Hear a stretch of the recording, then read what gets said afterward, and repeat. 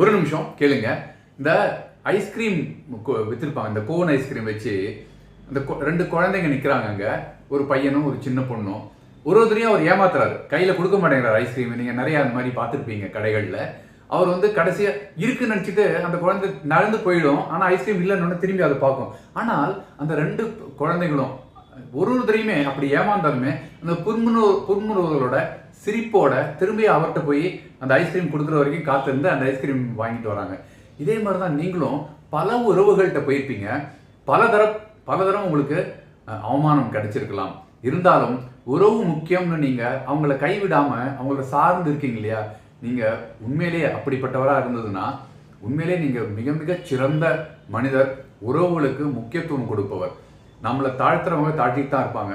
அந்த குழந்தைங்க மாதிரி சிரிச்சுக்கிட்டு நம்ம மறுபடியும் நம்ம உறவை மேம்படுத்த இருந்தோம்னா உங்களை வந்து அவங்க கிடைக்கிறதுக்கு வாழ்க்கையில்